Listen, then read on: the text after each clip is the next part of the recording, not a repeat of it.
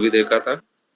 और उनका त्रिदोष और 5 महाभूत को संबंध, जैसे वात का आकाश और वायु, पित्त का अग्नि और जल, कफ का जल एवं पृथ्वी, ये हमने देखा था। इस तरह से हमने यहाँ तक ही ये हमने कंप्लीट किया था कि जो वात पित्त कफ है कौन कौन से तत्व इनमें होते हैं। वात में आकाश और वायु होता है, पित्त में अग्नि तथा जल, आप कफ में जल एवं पृथ्वी। यहाँ तक हमने कल कंप्लीट किया था। स्क्रीन शेयर हो रही है आपको?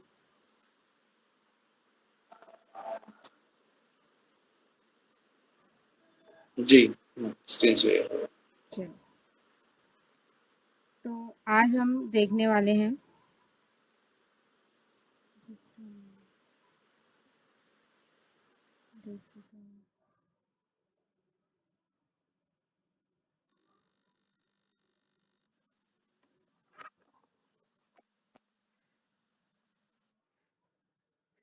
एक मिनट, पता नहीं है कुछ Microsoft power point is not responding बोल रहा है।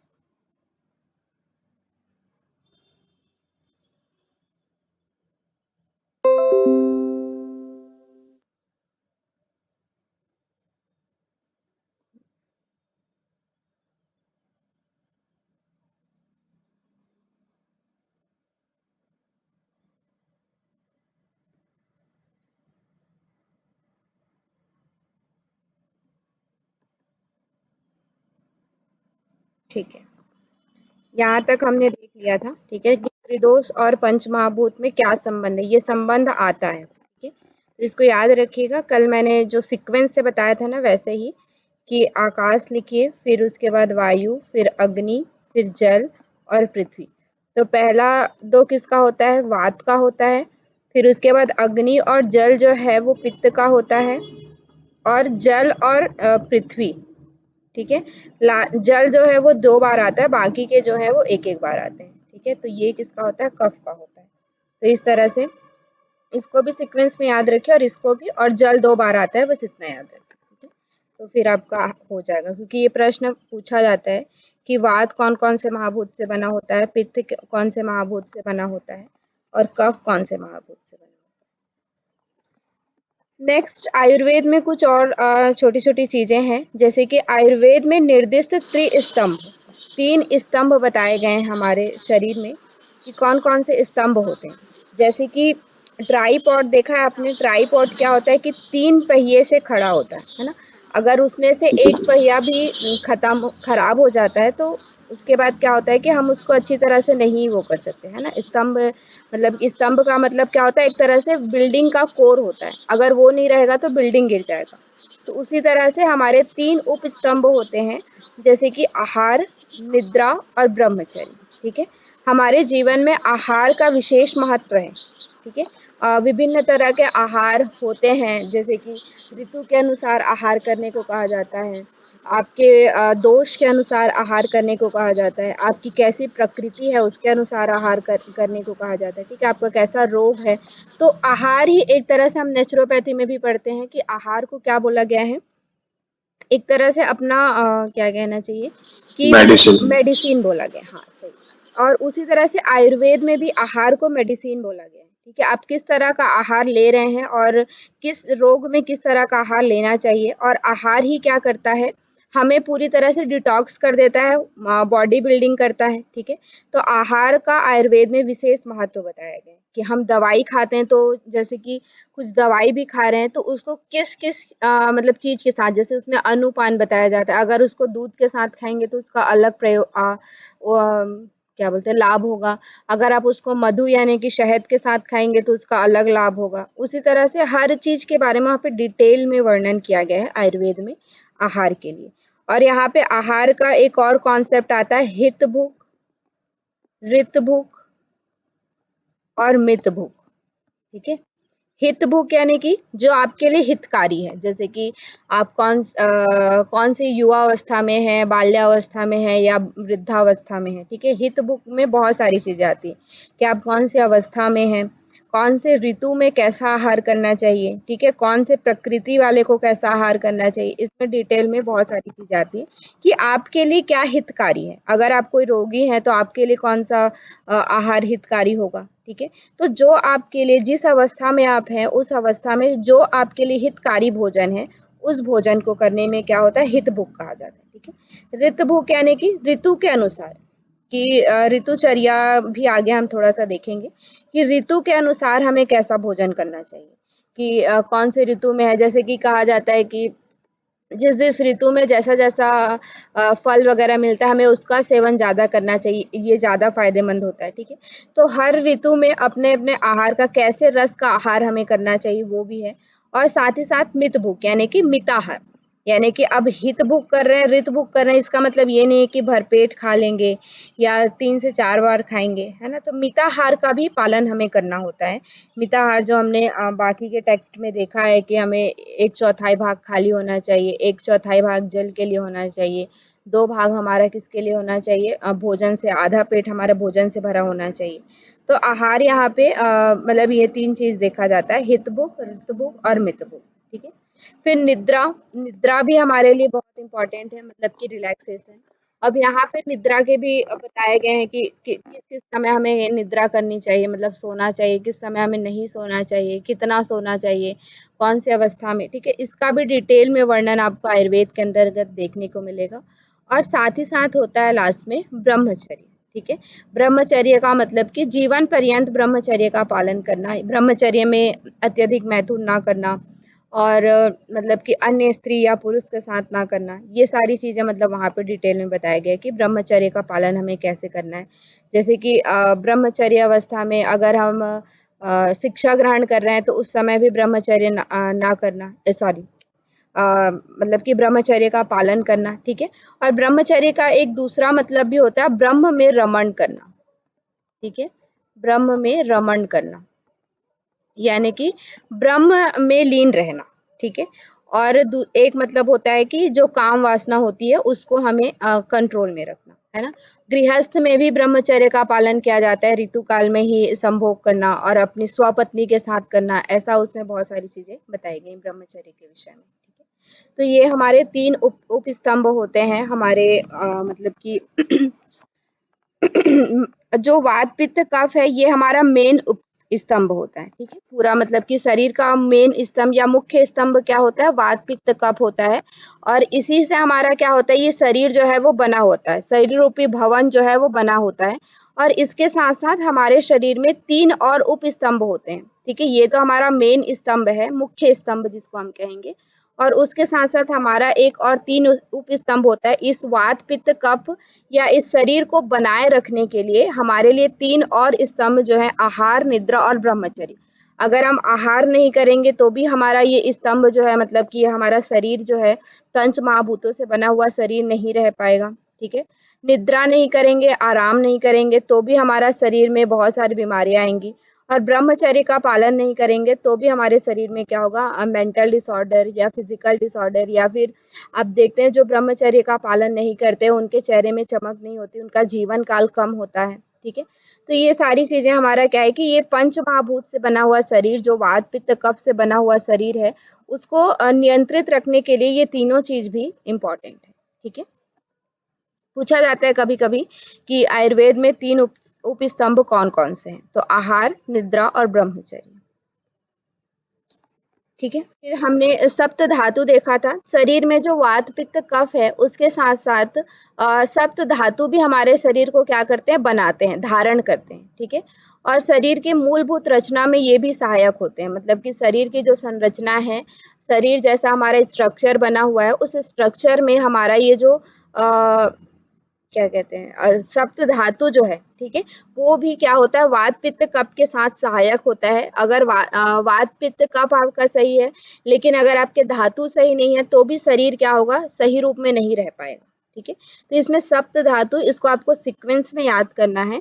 इसमें पहला आता है रस, ठीक है, जिसको हम लोग प्लाज्मा कहते हैं, इंग्लिश में आप देखें तो जैसे ब्लड में आपने प्लाज्मा पढ़ा होगा, तो प्लाज्मा क्या है, आपका रस है, ठीक है।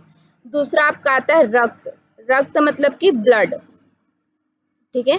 जो ब्लड हम देख रहे हैं रेड कलर का, जिसमें कि सेल भी होता है, प्लाज्मा भी होता है, तो दोनों उसमें रहता है। फिर आपका क्या आता है, मांस आता है, जो हम मस्कुलर चीजें देख रहे हैं, हमारे जो बोन को कोटिंग की गई है, ठीक है, जो स्किन लेवल है वो है आपका मांस। फिर आपका आता है मेद, एडिपोज टिश्यूज, ठीक है, मतलब कि जैसे किसी में फैट ज्यादा रहता है, किसी में फैट कम रहता है, तो मेद क्या है, फैट के लिए, ठीक है, इसको फैट टिश्यू भी कहते हैं, एडिपोज टिश्यूज को फैट टिश्यू भी कहते हैं, ठीक है। फिर आपका आता है अस्थि, अस्थि यानी कि उसके नीचे नीचे हमारा क्या रहता है, बोन रहता है, ठीक है। फिर बोन के नीचे क्या रहता है, बोन मैरो रहता है, ठीक है। आप इसको ऐसे भी देख सकते हैं, रस, रस के बाद रक्त आता है, रक्त से फिर मिल करके क्या बनता है, मांस बनता है, मांस से भी अगर मांस आपका सही है तो उसके बाद आपका फैट जमते जाएगा, ठीक है, आप फैटी टिश्यू बनेंगे। फिर फैटी टिश्यू के नीचे क्या रहता है, बोन रहता है, ठीक है। फिर बोन के नीचे और क्या रहता है, बोन के अंदर में बोन मैरो रहता है, मज्जा रहता है, ठीक है। फिर ये शुक्र क्या है, हमें जो रिप्रोडक्टिव या जनरेटिव टिश्यू जो होता है, ठीक है, जिसको पुरुषों में क्या कहा जाता है, वीर्य कहा जाता है, और महिलाओं में क्या कहा जाता है, रज कहा जाता है, ठीक है। और दोनों को एक साथ बोले तो शुक्र बोला जाता है। अगर पुरुष का बोला जाए तो उसको वीर्य बोला जाता है, और महिलाओं का रज बोला जाता है। अगर हम ऐसे ही सेवेंथ को हम क्या बोलते हैं, शुक्र बोलते हैं, ठीक है। शुक्र के दो होते हैं, पुरुषों के लिए और ये महिलाओं के लिए, ठीक है। क्लियर है सप्त धातु? जी क्लियर। इसको सीक्वेंस में याद कर लीजिएगा, ठीक है, पूछा जाता है। हम्म। उसके बाद त्रिदंड, तीन दंड भी होता है हमारे शरीर में, जिसको जैसे कि एक शरीर, ठीक है, और सत्व और मन, ये भी एक ट्राइपॉड की तरह होता है। मतलब कि अगर शरीर, ये तीनों में से एक चीज अगर चला गया तो दूसरे का भी अस्तित्व नहीं रहेगा उस शरीर में, ठीक है। जैसे कि हमारा शरीर है, तो अगर शरीर है तो उसमें मन भी होगा, आत्मा भी होगा, ठीक है। अगर शरीर नहीं रहा तो ये दोनों भी नहीं रहेंगे, ठीक है। अगर आत्मा नहीं रहा तो ये दोनों भी कभी ना कभी क्या हो जाएंगे, नष्ट हो जाएंगे। तो तीन दंडवत ये तीनों ट्राइपॉड की तरह रहते हैं, शरीर, मन और आत्मा। अगर शरीर कह रहे हैं तो उसमें मन भी है और उसमें आत्मा भी है, ठीक है। अगर आत्मा निकल गई है तो फिर क्या है, वो मृत प्राय शरीर है, वो मरा हुआ है और वो ज्यादा टाइम तक नहीं रहेगा, ठीक है, उसे हमें डिस्पोज करना पड़ेगा, ठीक है। तो ये भी तीन यहाँ पे इम्पोर्टेंट कॉन्सेप्ट आते हैं, कभी कभी पूछ लिया जाता है। नेक्स्ट, फिर यहाँ से आपका प्रश्न पूछा जाता है पंच पंचक, ठीक है। पांच पंचक क्या क्या हैं, जैसे कि हमारे इंद्रिय, हमारा जो पंच महाभूत है और उसकी तन्मात्राएं हैं, और उससे क्या क्या हमारी बुद्धियां आती है, उसके बारे में पूछा जाता है, ठीक है। तो इंद्रिय यानी कि क्या है, जैसे कि हमारी पांच इंद्रियां हैं, कौन कौन सी, श्रोत, स्पर्श, चक्षुष, रसना और घ्राण, यानी कि कान, त्वचा, आंख, जीवा और नाक, ठीक है। तो कान से हम क्या करते हैं, आकाश यानी कि सुनते हैं शब्द को, ठीक है। तो ये पूरा एक दूसरे से कनेक्टेड है, ठीक है। स्रोत के साथ कौन सा तत्व कनेक्टेड है, आपका आकाश। आकाश, ठीक है। इंद्री कौन सा है, इंद्रिय स्थान कान, जो आपका कान है वो कनेक्टेड है, और इसमें से क्या सुनाई देता है, हमें शब्द सुनाई देता है। और क्या चीज का ज्ञान होता है, श्रोत बुद्धि, मतलब कि जो हमने सुना है उसका हम क्या कर पाते हैं, भान कर पाते हैं, ठीक है। कि मतलब कि हमें कुछ सुनाई दिया, ये हमें ज्ञान में मिलता है, ठीक है। तो बुद्धियां हमें क्या मिलती है, स्रोत बुद्धि। उसी तरह से स्पर्श जो है वो किससे उत्पन्न होता है, मतलब कि किससे कनेक्टेड है, वायु द्रव्य से, हवा से। और इसमें त्वचा स्थान है इसका, और इससे हमें क्या ज्ञान होता है, कौन सा विषय का ज्ञान होता है, स्पर्श विषय, स्पर्श तन्मात्रा का। और इससे हमें क्या होता है कि किसी ने हमें टच किया या किसी को हमने टच किया, इस तरह से हमें ज्ञान होता है, ठीक है। उसी तरह से फिर आपका चक्षु है, चक्षु हमें क्या देता है, ज्योतिष या तेजस या अग्नि जिसको हम लोग कहते हैं, ठीक है। अक्षनी यानी कि दोनों आंख के द्वारा हम इसको ज्ञान कर पाते हैं। किसका ज्ञान कर पाते हैं, रूप का, यानी कि शेप का, कि वो कैसा शेप का है, ठीक है, कि उसकी आकार कैसी है, इसका हम ज्ञान कर पाते हैं। और ये किससे वजह से, चक्षु बुद्धि हमें मिलती है, कि आंखों के द्वारा हमें क्या मिलता है, ज्ञान प्राप्त मिलता है कि उसका स्वरूप कैसा है, ठीक है।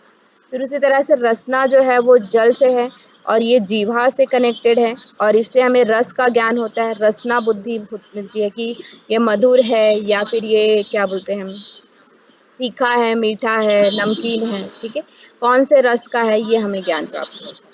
फिर उसी तरह से आपका घ्राण आता है, जिसमें भ्रू यानी कि पृथ्वी, दोनों नथुनों के माध्यम से गंध, इसमें हमें स्मेल मिलता है कि किस तरह का गंध है, खुशबू है या फिर उसमें से कोई दुर्गंध आ रही है, ठीक है, और इससे हमें घ्राण बुद्धि मिलती है। तो ये हमारा कभी कभी पूछ लिया जाता है कि कान, ये दोनों को आपके जोड़ी मिलाने में दे दिया जाता है, या इसको दे दिया जाता है, ठीक है, किसी भी चीज को दे दिया जाता है, तो आपको इसको कनेक्ट करना है। बाकी ये सारी चीजें आपने पहले भी पढ़ी हैं, ये थोड़ा एक्स्ट्रा का कुछ बेसिक कॉन्सेप्ट हम पढ़ रहे थे। और जो हमने पंचकोश देखा था, तो पंचकोश का भी यहाँ पे दिया हुआ है, जैसे कि हमारे 5 कोश है। देखिए यहाँ पे शरीर पक्ष है, अन्नमय शरीर, ठीक है, अन्न प्रधान शरीर, इसको हम कैसे बैलेंस रख सकते हैं, तो इसको उचित आहार विहार करके और आसन का अभ्यास करके हम अन्नमय शरीर को क्या रख सकते हैं, बैलेंस में रख सकते हैं, ठीक है। अगर आपको अन्नमय शरीर को ठीक रखना है तो आपको क्या करना पड़ेगा, अपने आहार विहार पर ध्यान देना पड़ेगा और आपके आसन इत्यादि अभ्यास पर आपको ध्यान देना पड़ेगा। कभी कभी यहाँ से प्रश्न पूछा जाता है, ठीक है। फिर आपका है कि प्राण, प्राण तत्व जो है प्राण शरीर या प्राणमय कोश, तो प्राणमय कोश के लिए हमें क्या करना पड़ेगा, प्राणायाम का अभ्यास करना पड़ेगा। प्राणमय कोश को अगर हमें बैलेंस में रखना है तो हमें क्या करना पड़ेगा, प्राणायाम का अभ्यास करना पड़ेगा। उसके बाद आपका आता है मन प्रधान यानी कि मनोमय शरीर, इसके लिए हमें क्या है, मौन और मुद्रा आदि का अभ्यास, ठीक है। जब हम मौन करते हैं, हम पूरी तरह से अंतर मौन होते हैं, पूरी तरह से जब हम शांत होते हैं, तो इससे क्या होता है कि हम मतलब कि हमारा मनोमय शरीर जो है वो प्रभावित होता है, ठीक है। फिर आपका बुद्धि प्रधान होता है कौन, विज्ञानमय कोश जो है वो बुद्धि प्रधान होता है, इसके लिए हमें क्या करना पड़ेगा, ध्यान आदि का अभ्यास करना पड़ेगा, ठीक है। फिर आपका आता है आनंदमय कोश, आनंदमय कोश क्या है, आनंद की यहाँ पे अनुभूति होती है, एक अपूर्व आनंद या एक ब्लिस जिसे हमें कहना चाहिए, मतलब कि एक जो आनंद है, मतलब कि कभी ना समाप्त होने वाला, ठीक है, ऐसे आनंद की अनुभूति आपको आनंद प्रधान या आनंदमय कोश में होता है। तो ये अभ्यास विधि आप याद रखिएगा कि किसके लिए हमें क्या अभ्यास करना चाहिए, ठीक है। इसके बाद आपका आत्मा और परमात्मा की अवस्था आती है, मतलब कि जब हम आनंदमय कोश तक पहुंचते हैं तो फिर हम उसके बाद परमात्मा तक पहुंचते हैं, अपने आप स्वरूप का ज्ञान होता है कि हम क्या हैं, और उसके बाद फिर हम परमात्मा तक पहुंचते हैं, ठीक है। फिर आपका आता है षड रस, ठीक है, 6 तरह के रस होते हैं और उन्हीं रस के आधार पर फिर हम आगे देखेंगे कि वात वाले को कौन सा रस का भोजन करना चाहिए, कौन सा नहीं, ठीक है। तो पहला हमारा आता है षड रस, यानी कि 6 तरह के रस होते हैं, तो इनका भी सीक्वेंस है, जैसे कि मधुर, अम्ल, लवण, कटु, तिक्त और कसैला, यानी कि कसाय।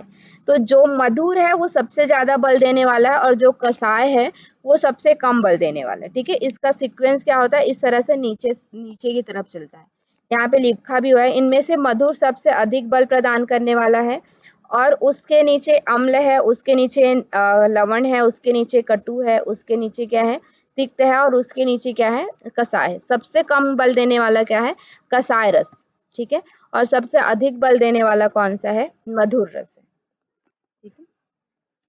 तो मधुर मतलब जो मीठा, ठीक है। अम्ल मतलब जो खट्टा, इमली जैसा खट्टा होना, लवण मतलब नमकीन, नमक जैसा, ठीक है। कटु यानी कि क्या है यहाँ पे, इसको याद रखिएगा, कटु यानी कि मतलब चरपरा, यानी कि जो मिर्च जैसा टेस्ट होता है ना, मिर्ची का तीखा टेस्ट, वो क्या होता है, कटु होता है, ठीक है। हम कभी कभी कंफ्यूज हो जाते हैं, कटु मतलब कड़वा समझ लेते हैं, लेकिन यहाँ पे कटु का मतलब होता है जो तीखा जैसा, ठीक है, तीखा चरपरा सा टेस्ट जो होता है उसको हम लोग क्या कहते हैं, कटु कहते हैं। और तिक्त, तिक्त यानी कि कड़वा होता है, नीम जैसा, ठीक है। नीम जैसा कड़वा क्या होता है, तिक्त होता है। और कसाय यानी कि कसैला, जो मतलब कि आंवला वगैरह रहता है, बड़ा वाला जो आंवला होता है कसैला, वैसा क्या होता है, कसैला जैसा, ठीक है। या हरण वगैरह का जो टेस्ट होता है वो क्या होता है, कसैला होता है, ठीक है। क्लियर है ये, जी क्लियर है। चलिए अब इनका भी महाभूत के साथ रिलेशन है, ठीक है, पंच महाभूत के साथ, जो हमारा रस है उनका भी पंच महाभूत के साथ रिलेशन है। इसीलिए इनका फिर अलग पंच महाभूत के साथ जब इनका रिलेशन है तो फिर उसी तरह से वात पित्त कफ के साथ भी रिलेशन होगा, क्योंकि अलग अलग पंच महाभूतों से बना हुआ है। ठीक है, तो यहाँ पे मैंने एक ओवरव्यू के लिए लिखा है, इसको आपको याद करने की जरूरत नहीं है। ठीक है, लेकिन फिर भी थोड़ा सा जान लीजिए कि कौन कौन से मतलब कि पंच महाभूतों से बना। तो जैसे हमारा जो मधुर रस है वो क्या है, किससे बना हुआ है, पृथ्वी और जल से बना हुआ है। ठीक है, इसीलिए जब हम मीठा खाते हैं या मीठे के बारे में सोचते हैं तो हमें क्या होता है कि मतलब मुंह में पानी आता है। ठीक है, जल से बना होता है और क्या होता है, इससे पृथ्वी यानी कि ये स्थूलता देता है हमें। जो मधुर रस आप खाएंगे, ज्यादा से ज्यादा मीठा खाएंगे तो शरीर में क्या बढ़ेगा, मोटापा बढ़ेगा। ठीक है, फिर अम्ल है, अम्ल किससे बना होता है, पृथ्वी और अग्नि से बना होता है। ठीक है, इसीलिए आपने देखा होगा कि जैसे हम ज्यादा खट्टा चीज खाते हैं तो पेट में जलन वगैरह होता है। ठीक है, डाइजेशन वगैरह क्या हो जाता है, बढ़ जाता है। इसीलिए कहा जाता है कि ज्यादा खट्टा हमें नहीं खाना चाहिए। ठीक है, तो अम्ल जो है वो किससे बना होता है, पृथ्वी और अग्नि से बना होता है। लवण जो है वो किससे बना होता है, जल और अग्नि से बना होता है। ठीक है, जो नमकीन होता है वो किससे बना होता है, जल और अग्नि से बना होता है। कटु जो है, कटु यानी कि कड़वा नहीं, कटु यानी कि तीखा, एक तरह से कहें मिर्ची जैसा। ठीक है, चरपरा, तो ये किससे बनाता है, अग्नि। ठीक है, तीखा कैसा होता है, उसमें अग्नि होती है और वायु होती है, इसीलिए जब हम तीखा खाते हैं तो कान से हवा निकलती है, बहुत ज्यादा तीखा खाते हैं तो, है ना। और उसमें क्या होता है, अग्नि होता है यानी कि जलन होता है। ठीक है, और जो तिक्त यानी कि क्या है आपका, कड़वा है। ठीक है, वो क्या होता है, वायु और आकाश से बना होता है। और कसाय जो है वो वायु और पृथ्वी से बना होता है। ठीक है, तो इस तरह से इनका पंच महाभूत के साथ रिलेशन है पूरा। मतलब आयुर्वेद भी एक तरह से क्या है, साइंस है। ठीक है, उसमें कोई भी चीज ऐसे नहीं कही जाती कि मतलब ये है तो ऐसा होगा, ऐसा नहीं, उसमें हर चीज का एक साइंस बताया जाता है कि क्यों है ऐसा। ठीक है, ऐसा है, तो इसीलिए इन सभी ये सभी क्या है, हम जैसे बोलते हैं ना कि संसार में जो भी चीजें हैं वो क्या है, पंचभूतात्मक है। ठीक है, पंच महाभूतों से ही बना हुआ है। तो ये सारी चीजें भी क्या है, पंच महाभूतों से ही बने हुए, जो भी रस हैं वो पंच महाभूतों से ही बने हुए हैं। ठीक है, फिर उसके बाद रस और दोष। तो यहाँ पे देखिए, रस और दोष ये आपको याद रखने की जरूरत है, बहुत इंपॉर्टेंट है, यहाँ से पूछा जाता है प्रश्न। ठीक है, तो जैसे कि रसों में अलग अलग महाभूत की प्रधानता होती है। ठीक है, कि मधुर में अलग महाभूत होता है, और क्या बोलते हैं, मधुर में अलग होता है, अम्ल में अलग होता है, लवण में अलग होता है, सभी में अलग अलग तरह के महाभूत होते हैं। तो इसीलिए वो अलग अलग दोष की वृद्धि और अलग अलग दोष का क्षय करते हैं। ठीक है, तो अब इसको याद रखिए, आकाश, वायु, अग्नि, जल और पृथ्वी। ठीक है, तो आकाश और वायु से क्या बनता है, वात बनता है। अग्नि और जल से क्या बनता है, पित्त बनता है। जल और पृथ्वी से क्या बनता है, कफ बनता है। ठीक है, तो अब देखिए यहाँ पे, जैसे कि पहला हमारा मधुर रस है, मधुर रस में क्या क्या रहता है, देखा था हमने, पृथ्वी रहता है और क्या रहता है, जल रहता है। ठीक है, पृथ्वी और जल रहता है। तो मधुर रस में क्या होगा, पृथ्वी और जल रहेगा। तो देखिए यहाँ पे पृथ्वी और जल है। ठीक है, तो ये दोनों क्या करेंगे, कफ की वृद्धि करेंगे, क्योंकि कफ में भी क्या होता है, पृथ्वी और जल रहता है, तो ये क्या करेगा, कफ की वृद्धि करेगा। ठीक है, और किस किस चीजों के कम करेगा, वात और पित्त को क्या करेगा, ये कम करेगा। मधुर रस जो है वो क्या करेगा, वात और पित्त को कम करेगा। ठीक है, फिर उसी तरह से आपका आता है अम्ल। तो अम्ल में हमने क्या देखा था, पृथ्वी और अग्नि, है ना, पृथ्वी और अग्नि होता है। तो ये क्या करता है, देखिए पृथ्वी और अग्नि दोनों रहता है। तो इसमें क्या है कि पृथ्वी है तो पित्त को बढ़ाएगा, और अग्नि है तो कफ को बढ़ाएगा। ठीक है, और वात इसमें क्या है, पृथ्वी और अग्नि, ये आकाश और वायु कुछ नहीं है, तो इसलिए ये क्या करेगा, वात को कम करेगा। ठीक है, इसी तरह से आप सभी का कोरिलेशन देख सकते हैं, जिसमें आपका लवण जो है वो क्या करेगा, कफ और पित्त को क्या करता है, वो कम करता है, सॉरी वृद्धि करता है, और वात को क्या करता है, बढ़ाता है। ठीक है, कफ और पित्त को कम करता है, सॉरी बढ़ाता है, और वात को क्या करता है, कम करता है। क्षय मतलब कम करना, और वृद्धि मतलब कि बढ़ाना। ठीक है, उसी तरह से कटु जो है वो क्या करेगा, मैम एक बार कफ का फिर से बताइए। कफ का, कफ से सॉरी, एक बार मतलब यहाँ से अम्ल से बताइएगा मैं। अच्छा अच्छा, अम्ल का हमने जी। देखा कि अम्ल जो है वो पृथ्वी और अग्नि से बना होता है। ठीक है, तो क्या है कि पृथ्वी, देखिए पृथ्वी में क्या रहता है, कफ धातु की अधिकता रहती है और अग्नि में क्या रहता है, पित्त धातु की रहती है, सॉरी पित्त दोष की रहती है। तो ये दोनों की ये क्या करेंगे, वृद्धि करेंगे और वात का क्या करेंगे, क्षय करेंगे। ठीक है, अम्ल दोष जो है वो क्या करेगा, कफ और पित्त की वृद्धि करता है। इसीलिए खट्टा खट्टा जो होता है वो क्या करता है, कफ को बढ़ाता है। ठीक है, दही वगैरह जो हम खाते हैं इससे कफ बढ़ता है।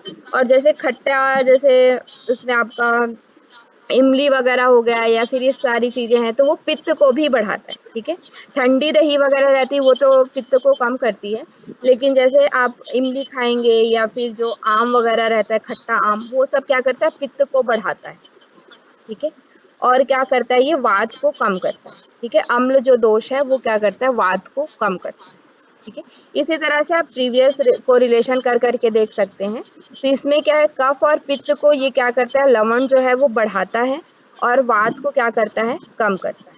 ठीक है, कटु जो है वो पित्त और वात को बढ़ाता है और कफ को क्या करता है, कम करता है। ठीक है, तिक्त जो है वो वात को बढ़ाता है और बाकी दोनों को क्या करता है, कम करता है। कसाय भी क्या करता है, वात को बढ़ाता है और इसको कम करता है। इसका आप ना एक चार्ट जैसा भी बना सकते हैं, जैसे यहाँ पे ये सिंपल लिखा हुआ है। ठीक है, तो मधुर ऐसे लिख करके, यहाँ पे वात, यहाँ पे आप ऊपर में पूरे 6 रस लिखिए। जी। ठीक है, फिर नीचे साइड ना यहाँ पे तीनों दोष को लिखिए, वात, पित्त और कफ, ऐसे करके।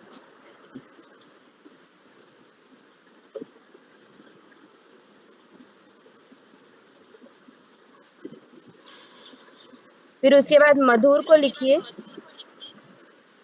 जो एक ही चीज को लिखिए, जो बढ़ता है या फिर जो कम होता है, एक को छोड़ दीजिए। अगर आप एक को लिखेंगे कि तो दूसरा आपको पता चल जाएगा। ठीक है, इसको छोड़ दीजिए या तो फिर, ठीक है, मतलब इसको छोड़ दीजिए, एक ही वृद्धि वाले को लिखिए। कि जैसे मधुर में क्या होता है, मधुर रस लेने से केवल कफ की वृद्धि होती है, तो कफ में टिक मार्क लगा दीजिए। तो बाकी दोनों क्या हो गए आपके, मतलब वो दोनों क्षय हो गए। ठीक है, उसके बाद आप जैसे अम्ल लिखिए, उसके बाद अम्ल में किसको लिखिए, पित्त और कफ की वृद्धि होती है, तो वात क्षय हो गया। ऐसे करके टिक मार्क भी करके आप इसको याद कर सकते हैं। ठीक है, 6 चीज। तो इसमें आपको याद रहेगा कि नीचे वाले 2 रहते हैं, ऊपर वाले 2 रहते हैं। एक बार मैं आपको बना के बता, ऐसे भी आप इसको याद कर। ठीक है, जैसे ऊपर में आप पूरा लिखिए, मधुर, अम्ल, लवण, कटु, पित्त और कसाय। ठीक है, ऐसे। फिर यहाँ पे आप नीचे लिख दीजिए वात, पित्त और कफ।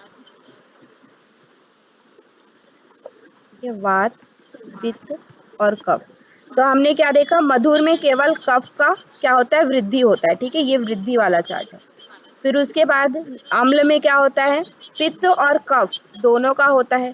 ठीक है, फिर लवण में भी क्या होता है, कफ, वही है, देखिए इसको उल्टा लिख दिया है, कफ पित्त। ठीक है, दोनों का ही होता है। फिर उसके बाद कटु में क्या होता है, वात और पित्त का होता है, और इसमें खाली किसका होता है, वात और वात का होता है। ठीक है, तो आप इसको ऐसे याद रखेंगे, तो बाकी इस तरह से चार्ट जब भी आपको बोला जाए तो ये चार्ट आप अपने रफ कॉपी में बना लीजिएगा, फिर आपको याद हो जाएगा। ये केवल किसका है, वृद्धि का है। ठीक है, तो पहले मधुर में क्या होता है, केवल कफ वृद्धि होता है। फिर अम्ल और लवण में पित्त कफ होता है। फिर उसके बाद जो कटु आता है, लेकिन इसमें आपको ये सीक्वेंस में याद रखना पड़ेगा। ठीक है, कटु आता है, उसमें केवल क्या होता है, वात और पित्त कफ बढ़ता है, और बाकी दोनों में क्या होता है, केवल वात वात बढ़ता है। तो बाकी जो चीजें हैं ये सब क्या हो जाएंगे, कम कम हो जाएंगे। ठीक है, मतलब कि जिसमें कट मार्क है वो सब की क्या होंगे, उसका अपोजिट होगा। ठीक है, तो ऐसे याद कर सकते हैं।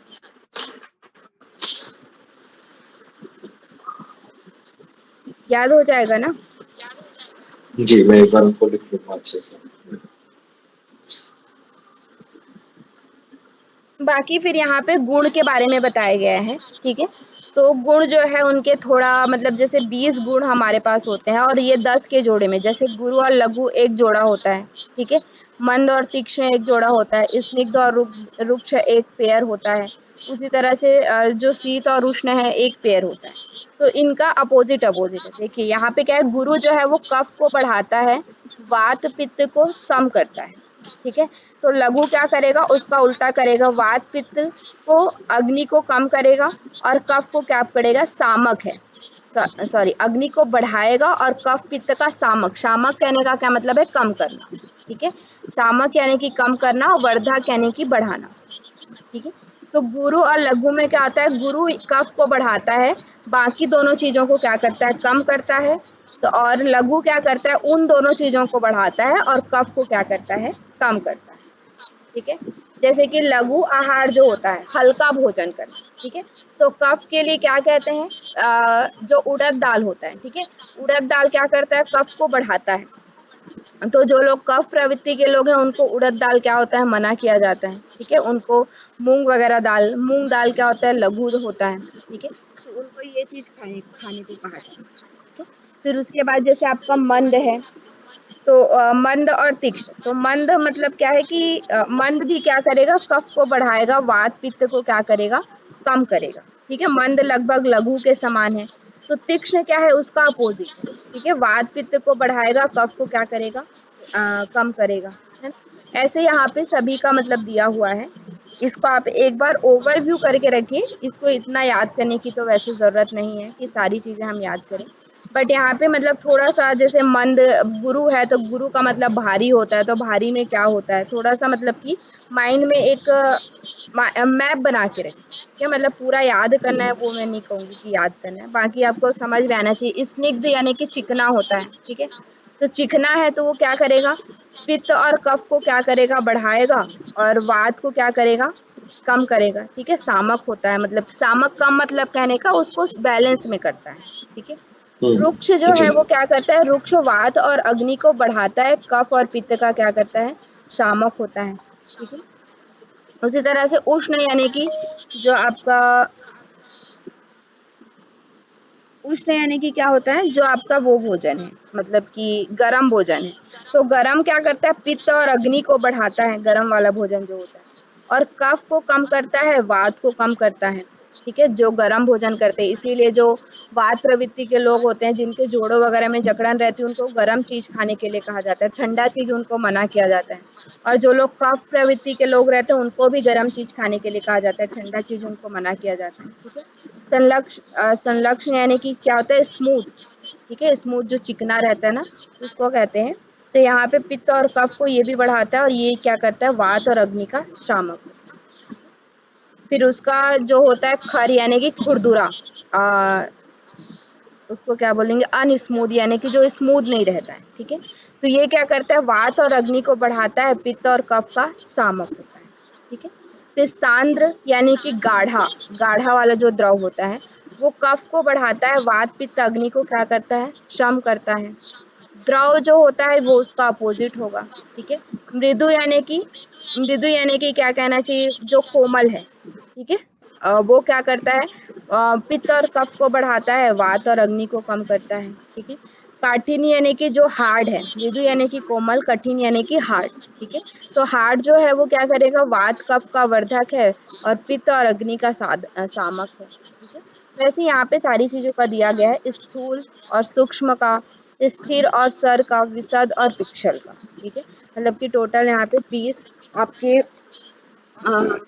गुण है, उनके बारे में बताया गया, और वो दोनों क्या होते हैं, एक दूसरे के जोड़े में रहते हैं, ठीक है। यहाँ पे हर दोनों क्या है, पेयर पेयर में ऐसे दिया गया है, और उस पेयर के अकॉर्डिंग एक को आप याद करेंगे तो दूसरा उसका अपोजिट होगा, ठीक है।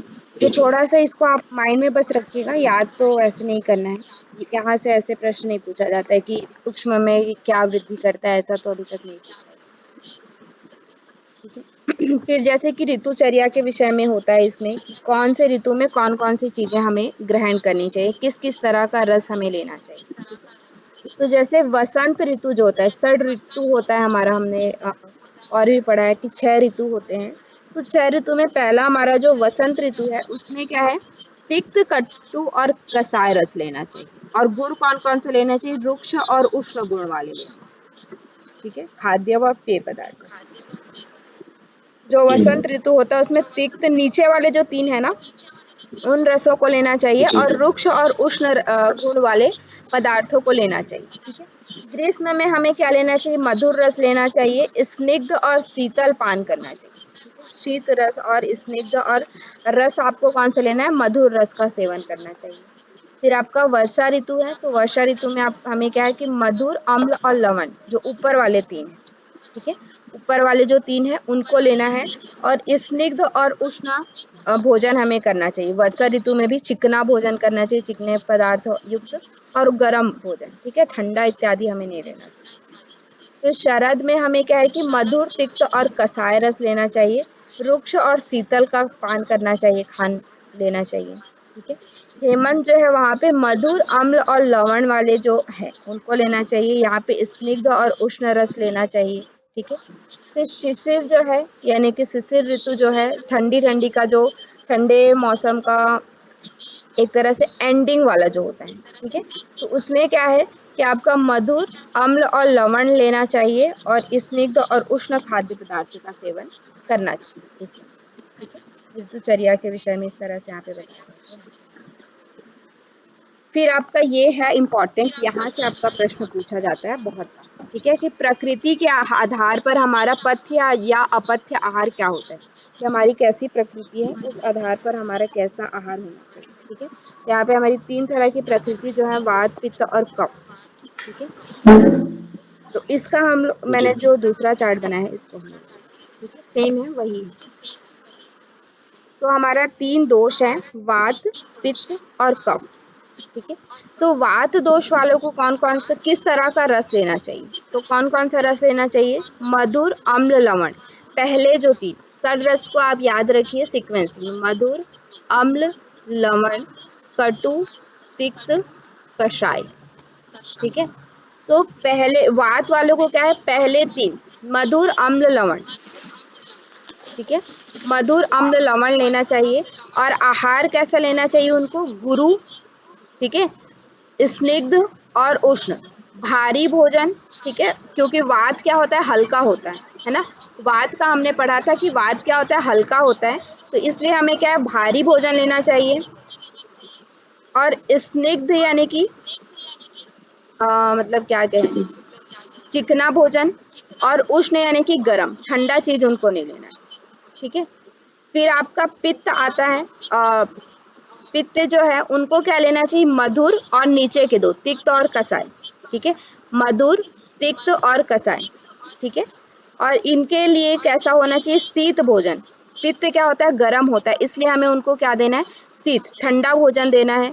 और गुरु भोजन देना है और रुक्ष देना है, ठीक है, रूखा भोजन, ठीक है। तो रुक्ष, गुरु और शीत, ठीक है। फिर कफ वालों को क्या है? तो कफ वालों को आपको कौन कौन सा देना है? कटु, तिक्त, कषाय, नीचे के तीन, ठीक है। नीचे के तीन हमें किनको देना है? कफ वालों के लिए होता है। और इनके लिए क्या होता है? गुरु का लघु, स्निग्ध का रुक्ष, और इनको भी क्या है कि उष्ण भोजन देना होता है, ठीक है। तो मेन आपको ये याद रखना है। यहाँ से प्रश्न कैसे पूछा जाता है कि कफ प्रवृत्ति के लिए कैसा आहार होना चाहिए, पित्त प्रवृत्ति के लिए कैसा आहार होना जी। चाहिए, और कफ प्रवृत्ति के लिए कैसा आहार होना चाहिए। तो उसमें डायरेक्ट सिर्फ ये नहीं दिया जाता है कि मतलब रस नहीं दिया जाता है, रस के साथ आपका गुण भी जोड़ दिया जाता है। मधुर रस, स्निग्ध, गुरु गुण, और अम्ल रस, और क्या बोलते हैं, दूसरा कुछ दे दिया रहेगा, रुक्ष दे दिया रहेगा, ठीक है, या लवण दे दिया रहेगा, और कुछ और दे दिया, लघु दे दिया रहेगा। तो आपको ये दोनों चीज याद होना चाहिए, ठीक है, कि वात में कौन कौन सा रस होता है और कौन कौन सा गुण होता है। अब इसके अपोजिट जो आप देख लेंगे तो ये प्रतिकूल आहार हो जाएंगे, ठीक है। अब वात में देखिए मधुर, अम्ल और लवण है, ये उसके अनुकूल आहार है, तो इसके जो तीन बचे हुए रस हैं वो क्या हो जाएंगे? उसके प्रतिकूल आहार हो जाएंगे, मतलब कि उल्टा हो जाएगा, ठीक है। तो एक ही चीज आपको याद करने की जरूरत है। एक चीज अगर आप एक चार्ट अच्छे से याद करेंगे तो दूसरा आपको याद हो जाएगा, ठीक है। जी। क्लियर है? तो यहाँ से ऐसा, यहाँ से प्रश्न पूछा जाता है कि बार बार कि किस तरह के प्रकृति वालों को कैसा आहार लेना चाहिए, ठीक है। और अगर मान लीजिए कि यहाँ पे ये पूछ लिया जाए कि पृथ्वी जिनकी बढ़ी हुई है, तो पृथ्वी बढ़ी हुई है मतलब क्या बढ़ा हुआ है? कफ बढ़ा हुआ है, ठीक है। तो उनको कैसा आहार देंगे? पृथ्वी बढ़ी हुई है तो हम उनको क्या आहार देंगे? ये आहार देंगे, ठीक है। यहाँ से एक चीज और समझिए, जैसे कि आपको बोला जाए कि कोई व्यक्ति है, उसका कफ बढ़ा हुआ है, ठीक है। तो कफ बढ़ा हुआ है तो हम उसको कैसा आहार देंगे? बढ़ा हुआ है तो उसको जो आहार है, कफ बढ़ा है ना, हम्म। तो कटु तिक्त कषाय देंगे। हाँ, ठीक है। जब उनका कफ बढ़ा हुआ है तो हम उनको उसी तरह का आहार देंगे, ठीक है, जो उनके जी। अनुकूल आहार है वैसा आहार देंगे। लेकिन अगर यहीं पे बोल दिया जाए कि कफ उनका 6 है, ठीक है, कम है, तब हम उनको क्या देंगे? 6 है तो भी यही देंगे। नहीं, 6 है तो फिर उनको बढ़ाने वाले आहार देंगे, ठीक है। अच्छा, हाँ, ये देंगे मधुर अमृत लवण, ठीक है, हाँ। ठीक है। जब उनका 6 है तो हम उनको अपोजिट देंगे ताकि उनका बढ़े, क्योंकि ये क्या करते जी, हैं? जी। बढ़ाते हैं, ठीक है। ये हम्म। तो बैलेंस रखते हैं या फिर ये मतलब कि कम करते हैं।